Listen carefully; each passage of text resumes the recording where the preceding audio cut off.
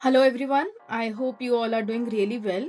So, finally, the festive season is over, and I hope you have resumed your studies with full pace.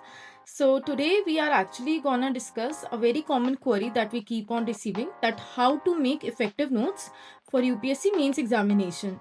So, today I'll be showing you on screen the actual notes of a UPSC topper of the year 2022, that how he was able to concise the entire GS3 syllabus in just 35 pages. He was able to cover each and every topic, and within those 35 pages he has covered the topic of agriculture, disaster management, economy, internal security, with all the data points, current affairs, and all the relevant points that were very important for the UPSC mains examination. So as you can see on the screen, these were the notes of the topper, and they are of 35 pages.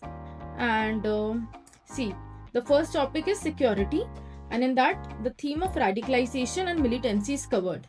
Within that theme, he has started the introduction, or the first point, mentioning about over 250 overground workers were arrested in Jammu and Kashmir. So this was the data fact that was covered in the newspaper of that particular year. So he or she has added that particular point in his notes, so that if a question is asked in the mains examination, this can be used in the very introduction, that why this particular question has been in news. Then he has also explained the radicalization process, where he has mentioned about pre-radicalization, self-identification, indoctrination leading to radicalization. If you add such a diagram in the actual mains examination, you are surely going to fetch those one extra marks, and each and every mark counts a lot in the mains examination. Then he has covered causes of radicalization, and if you could see the causes, each and every point is covered in just one or two words. For example, polarization. Then the point of role of family, friends, and mentors. Alienation, religious intolerance. So he has holistically covered diverse points, but in one to two words. So that is called preparing very concise notes that can be revised multiple times before the actual examination. Then he has mentioned about the manifestation of radicalization, the challenges, the measures that have been taken by government to resolve the issue. Along with that, he's also given the mission Pehel, that was a lot in news in the year 2022. Along with that, he's also given case study, country-based case study, and state-based case study, where he has mentioned about the Sri Lankan model of radicalization and Operation Pigeon by Kerala Police.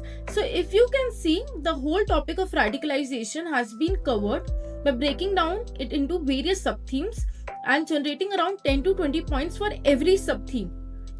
For causes, 10 points. For manifestation, 20 points. For challenges caused, so many points. So you can learn that a single topic has been covered in less than a page, and yet so many points, so many data facts, so many things have been covered. Similarly, if we go to the next topic, for example, nuclear proliferation, he has given the current data that can again be used in introduction. For example, nuclear arsenal of Russia, US, China, India, Pakistan. Along with that, he has also added the points such as dirty bombs that were in news. The Pak facing nuclear security issue, and why there is a need of nuclear. And for the same thing, which is very important, he has given around 20 points. One or two worded 20 points. So if he is able to reproduce at least even 10 points in the actual mains examination, he is far ahead of his competitors. In mains examination, the most common difficulty that every aspirant faces is to generate around 6 to 7 points in a 10 marker. They fail to generate 6 to 7 points. They tend to generate only 3 to 4 points. And beyond that, there is a lot of repetition. But only if you have so concise, so crisp notes, you would be able to generate around 6 to 7 points easily. Why? Because you have already written 20 points here. If you do multiple revision of 20 points, generating 7 to 8 points is very easy in mains examination. And the minute you generate 7 to 8 points in a 10 marker in the mains examination, you are ahead of every competitor. Similarly, if we see the topic of India's nuclear doctrine, so many diverse points have been covered.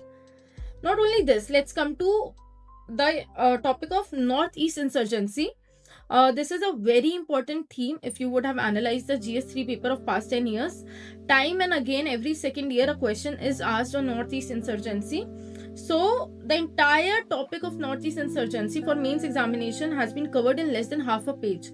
From how did Northeast insurgency start? He has mentioned it started in 1947 with the Nagas. He has also provided a diagram of the Northeast region, and diagrams are very, very important in mains examination because again they help you fetch those extra half an mark, 1 mark in every question. And if you are able to make such value additions in at least 20 questions, you would be able to gain 20 additional marks, and they count a lot. He has added the significance of Northeast region, types of insurgency, the major groups that are operating in Northeast region, the reasons why there is Northeast insurgency, and just see the number of points he has given in the reasons, at least 20 points, and you just need to reproduce around 10 points in examination. So if you revise such crisp notes, generating points is never an issue.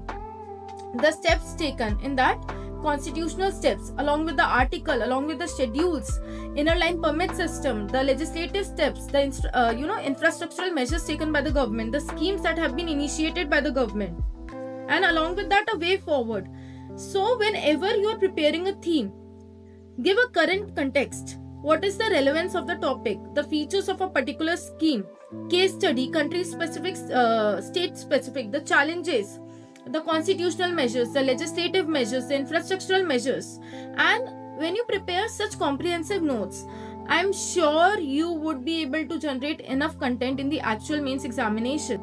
Also, you can use the topper notes as a base. For example, such notes are available in the market of various toppers. You can use them as a base, and you can make the necessary value additions of the current context.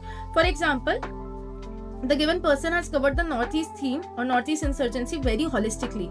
Now, how can you make the use of such notes in your actual GS3 mains examination?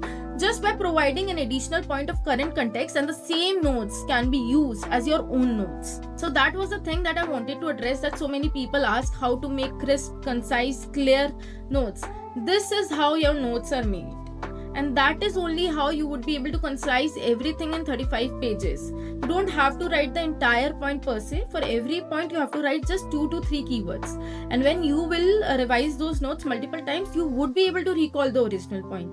So the whole purpose of note making is to make things more concise, to make things more crisp, to make things more short, so that you are able to carry out multiple revisions. You also know that the time period between prelims and mains is very less. You have around 90 days. In those 90 days, you have to revise GS 1, 2, 3, ethics, essay, optional. So you would be able to carry out multiple revisions only when you are able to replicate the same model of creating notes of just 35 to 40 pages for entire GS paper. So if you create similar notes for GS1, GS2, GS3, all the three, GS1, 2 and 3 can be covered within 120 pages. You should not produce a book again. If you're reading a book, you have to create only 10 pages out of a book of 400 pages. If you read a material of 20 pages, you should know how to concise it into a single page. And that is called preparing very effective notes. So I hope you would have understood it, and all the very best.